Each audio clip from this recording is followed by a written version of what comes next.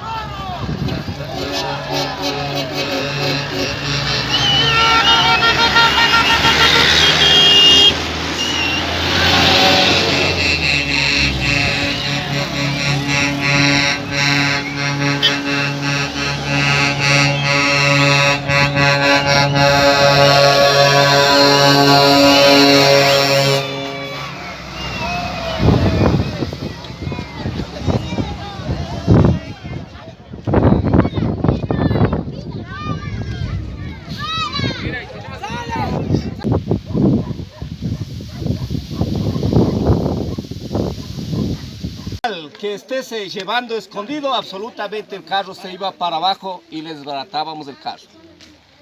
Ya le han visto, ayer dice, no, ¿cuál compañero? Dice que le han visto con esa mochila ayer. No es, pero sin embargo, o sea, que le llamo la atención. Mire que nosotros estamos ya 2 semanas sin trabajo. Estamos en una causa justo para usted y para su familia. Y ahora, sin embargo, usted está laborando ilegalmente con los cigarrillos. O sea, lo que yo, o sea, pido, está, o sea, que nosotros mientras estamos, trabajando, o sea, que en la calle, o sea, pero usted está laborando, señor. Hemos tomado una decisión, compañeros, claro, sí saben muy bien que es ilegal el tabaco de Colombia. Aparte, lo que más me duele es que ustedes, mientras que nosotros estamos, la lucha por usted, por sus hijos, están trabajando. Eso es lo que más me duele.